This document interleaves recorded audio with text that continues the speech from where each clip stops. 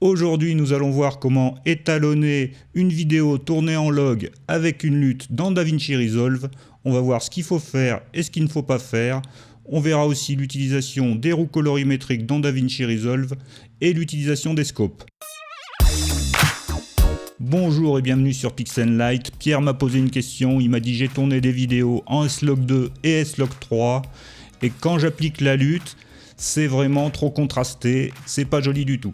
Donc il m'a envoyé 2 ou 3 rushs et on va voir comment on peut étalonner ça en utilisant la lutte. Si vous voulez qu'on fasse ce genre de petite manip d'étalonnage sur un petit bout de rush, n'hésitez pas, contactez-moi sur le Facebook de Pix'nLight en message privé, on verra ce qu'on peut faire si le sujet est intéressant. Par exemple, si vous tournez en Vlog sur du Panasonic, on peut faire un essai, ça peut être sympa, mais la technique qu'on va voir ensemble aujourd'hui peut s'appliquer de la même manière aux différents logs. On se retrouve dans DaVinci Resolve, et d'abord je voudrais remercier Pierre qui m'a envoyé plusieurs rushs en S-Log2 et S-Log3 avec différentes expositions, et qui sont des petits clips très simples, mais qui sont intéressants parce qu'on a des hautes lumières et on a des basses lumières.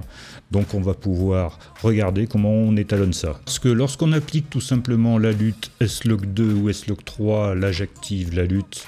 Quand on applique la lutte, on se retrouve avec des choses trop contrastées et une image pas du tout intéressante. Pour activer ou désactiver l'étalonnage, il suffit de cliquer ici, et là je peux appliquer la lutte ou ne pas l'appliquer, la lutte que j'ai rentrée dans ce node. Une lutte d'abord c'est quoi? Donc très simplement, c'est tout simplement un tableau qui va faire correspondre les couleurs d'entrée qu'on a dans notre image d'entrée, et qui va lui donner des couleurs de sortie. C'est notamment très utile lorsqu'on veut convertir les images en log, donc des images complètement désaturées et décontrastées. Le log permet de récupérer un maximum d'informations sur le capteur, mais l'image à la sortie n'est pas regardable, donc il faut faire une conversion et la traiter et l'étalonner pour avoir une vidéo que l'on peut visualiser correctement sur différents écrans. Alors en plus de la lutte, on va utiliser les différents outils d'étalonnage qui sont dans cette zone et qui vont nous permettre de modifier l'aspect de l'image, les contrastes, les couleurs.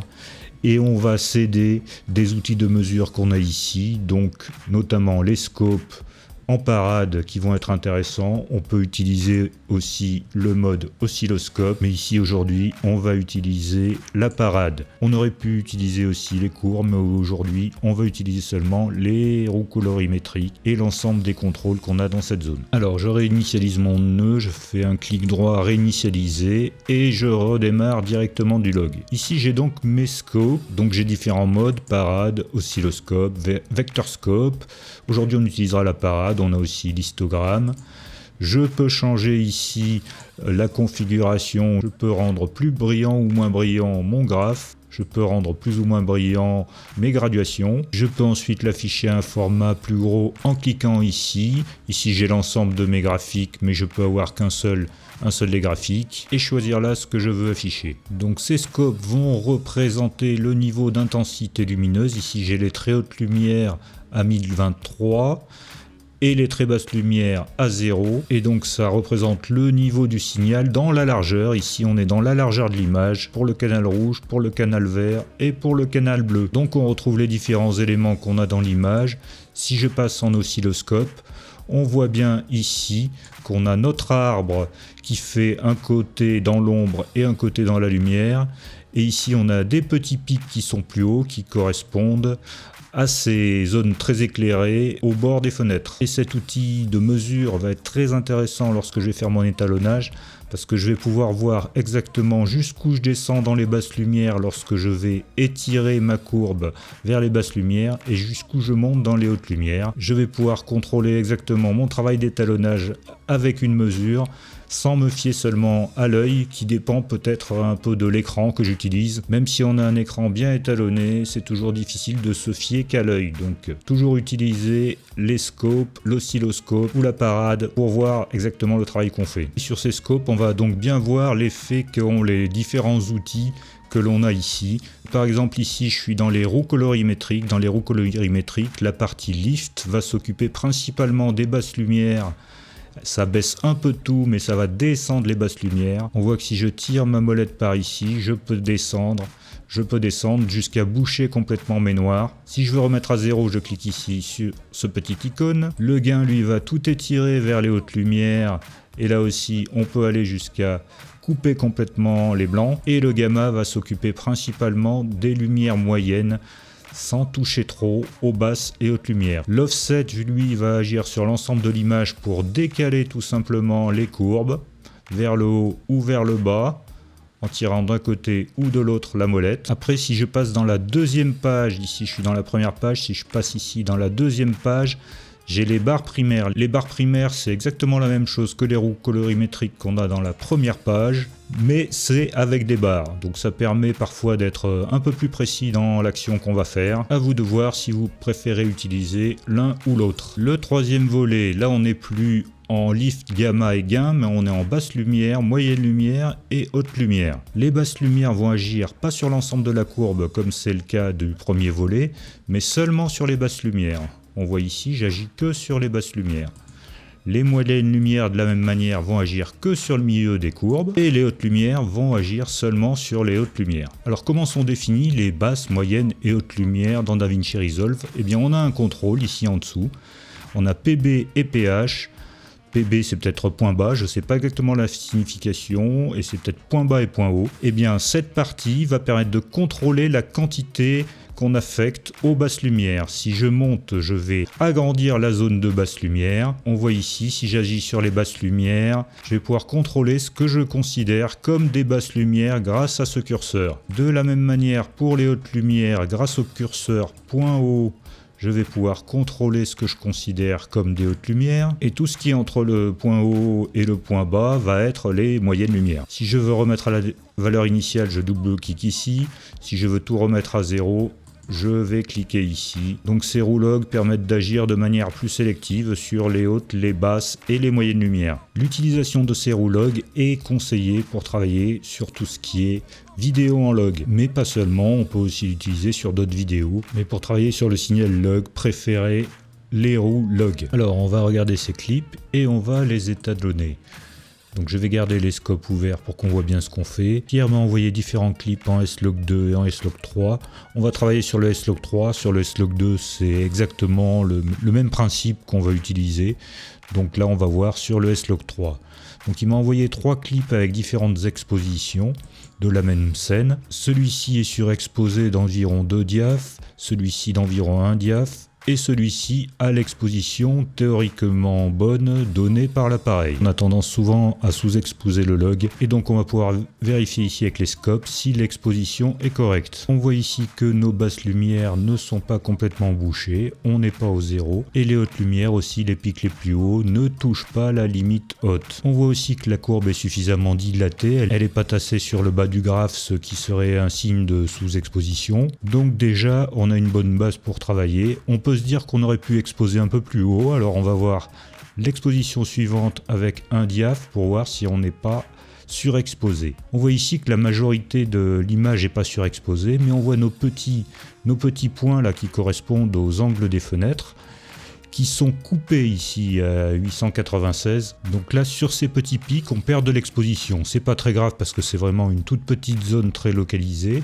On pourrait travailler avec ça et se dire que ces zones, on s'en fiche un peu. Mais déjà dans cette image que l'appareil a indiqué comme surexposé, effectivement, on a quelques petits points surexposés. Pour l'exposition du log, il vaut mieux exposer plutôt vers les hautes lumières et faire attention de ne pas couper ces hautes lumières. Donc il faut utiliser les outils des caméras. Certains ont des zébras, certains ont des parades. Donc utilisez ces outils pour éviter de surexposer certaines zones dans l'image, mais essayez de remonter au maximum toutes les courbes et de remonter au maximum l'exposition sans brûler des parties. Si je passe au clip surexposé 2 fois, on voit que je suis encore plus haut. Je n'ai toujours pas commencé à écrêter ici dans la plus grande partie de l'image, mais j'ai toujours ces pics qui sont coupés ici et là. Les courbes entre cette courbe-là et les courbes précédentes sont très ressemblantes. Peut-être en montant un petit peu l'exposition, on gagne un petit peu en dynamique, mais pas vraiment. On a déjà une bonne dynamique, c'est-à-dire un bon écart entre les hautes et les basses lumières, dès la première image et le premier clip qui est à l'exposition standard. Donc on va travailler sur ce clip et on va lui ajouter un luth. Donc je vais faire un clic droit sur le node, je vais aller dans LUT et je vais aller dans LUT 1D en entrée et je vais aller dans Sony S-Log3 to Rec 709. Rec 709, c'est le format dans lequel on va se convertir pour afficher sur la plupart des écrans. Donc on voit que les scopes là c'est complètement parti en sucette. On a coupé complètement les hautes lumières et il va falloir arranger ça. Alors je vais vous montrer pour commencer ce qu'on serait tenté de faire. Et après, je vais vous montrer ce qu'il vaut mieux faire. Donc je vais créer un node supplémentaire Alt-S pour créer un node. Et je vais aller diminuer mes hautes lumières. Pour recadrer tout ça de manière drastique, je vais aller dans les roues colorimétriques et je vais diminuer le gain pour faire re-rentrer mes hautes lumières. Et je vois qu'il faut que j'ai eu une action très importante pour arriver à recadrer tout ça et à pas couper mes petits pics qui sont là-haut. Ils sont toujours coupés, ça y est, là ils sont plus coupés. Voilà, là ça commence à être pas mal. Ensuite, bon, mais du côté de mon lift, je suis déjà assez bas au niveau des noirs. Alors là, je vais remonter mes gammas pour remonter un peu l'affaire. Mais j'ai mes basses lumières qui sont remontées aussi, donc je vais descendre un peu le lift, un petit peu, pour obtenir un contraste satisfaisant. Si je mets ça en plein écran, c'est pas mal, ça commence à être mieux que ce qu'on avait au départ. Si on regarde avant, après, donc ça fonctionne à peu près. Après ça, je peux aller monter un peu ma saturation pour retrouver des couleurs dans cette image. Et là, on a retrouvé un peu des couleurs, mais je trouve encore que le contraste n'est pas enthousiasmant. On a quand même ces blancs ici, une petite zone de blanc qui est complètement coupée. On a fait un étalonnage, mais c'est pas idéal. C'est pas idéal parce que pour profiter au maximum de la dynamique du log, il vaut mieux procéder à l'étalonnage. Ici, je vais désactiver ce nœud. Il vaut mieux procéder à l'étalonnage avec un nœud avant la lutte. Donc je fais Shift S pour créer un nœud avant. Alors là, de la même manière que tout à l'heure, je vais diminuer le gain, mais on va voir que je vais être obligé de diminuer beaucoup moins le gain. Je vais être beaucoup plus sensible dans ce que je vais faire et je vais obtenir un meilleur résultat. Donc je diminue le gain pour éviter de couper mes hautes lumières. Je vais monter un peu mes gammas. Je vais redescendre un peu mes basses lumières. Voilà, je remonte un peu mes gammas. Je peux remettre un petit peu de gain pour avoir un peu plus de lumière.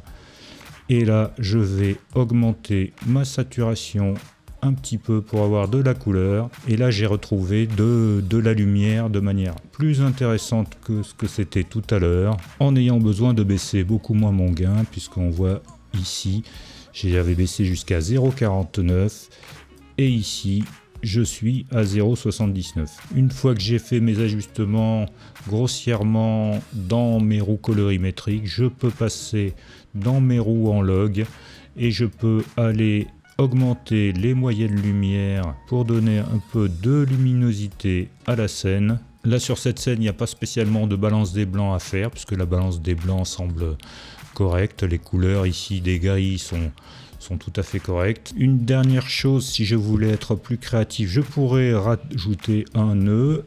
Je fais Alt S. Et ici, dans les roues log, je vais pouvoir modifier les basses lumières et y mettre des couleurs. On voit, si je vais dans les extrêmes, on voit que j'ai des couleurs qui se modifient dans mes basses lumières.